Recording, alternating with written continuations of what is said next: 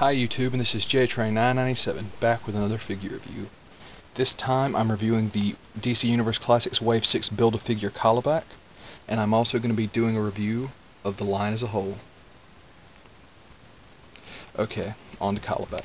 A little bit about the character. He's the son of Darkseid, and the only thing I could really find about him is that he's appeared in a couple cartoons. The mace causes unbelievable pain from a wave-like attack, and that he really tries to earn Darkseid's favor.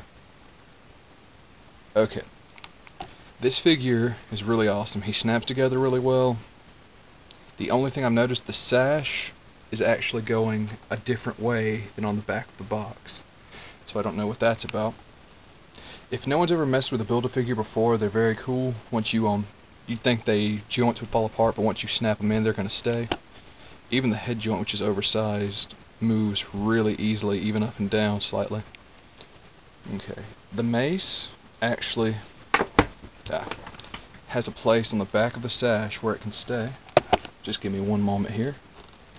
Yeah, the only place that I had seen this character besides cartoons was the same episode of Justice League Unlimited that I saw Mr. Miracle on, which is kind of convenient.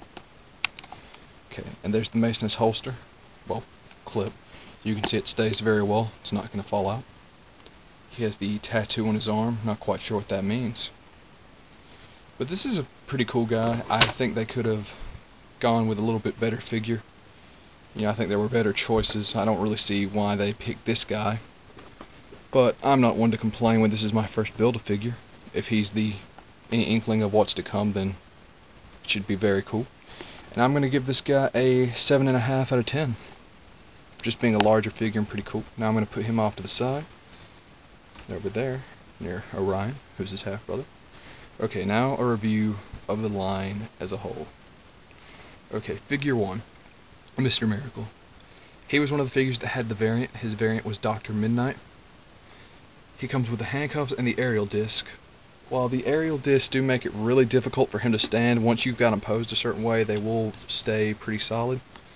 I gave this figure a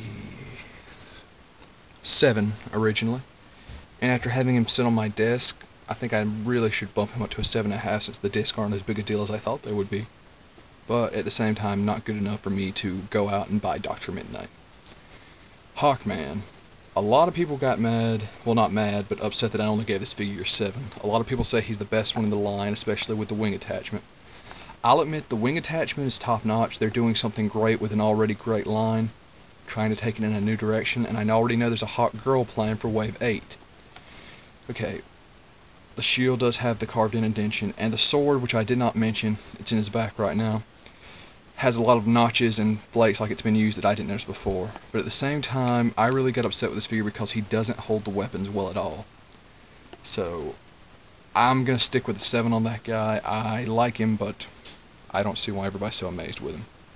Okay, Killer Moth. Once again, controversial figure. I gave this guy a 9. I had a comment on one of my videos talking about he's so god-awful that once you have him in your hand, he's amazing. And I completely agree with that statement. This guy's really cool. And once again, I still recommend anyone to pick him up and tell me he's not a great figure. And also he holds his weapon better than any other figure in the line. Okay, it's Black Suit Superman. I gave this guy a 6.5 for lacking accessories and being pretty much Black Manta with a different coat of paint and a different head. I'd say I'd probably bump this guy up to a 7 now. He's pretty cool now that I go back and look and I have him in the different pose, which is classic. He's still not amazing. I've seen his variant, which is just him with the cape, but he still has the mullet. Cool figure. You know, I'm glad that he haven't pushed like 8 Superman so far, but at the same time, definitely not amazed with the figure. Captain Marvel, who once again they call Shazam.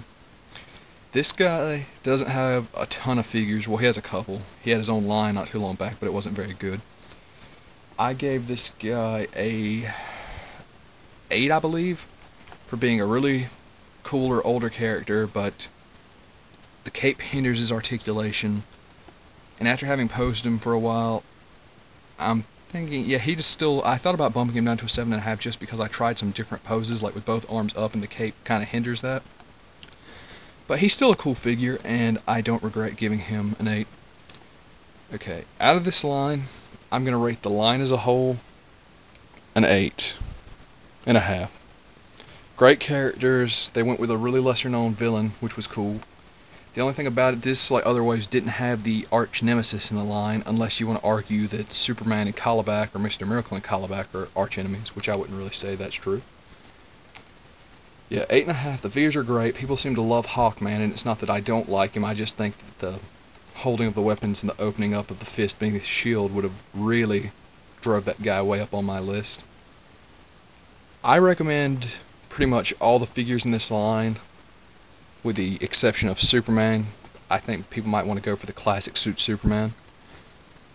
But yeah, I definitely love this line. The next line's going to be even better with Kid Flash, Flash, Captain Cold, and Blue Beetle and Booster Gold, who are two of my favorite characters. Can't wait to have them in this line. Also a big party to go with Mr. Miracle. And another Aquaman, which I'm not thrilled about. And the Build-A-Figure will be Atom Smasher. This is JTrain 997. The wave as a whole gets an 8.5. And I recommend picking it up.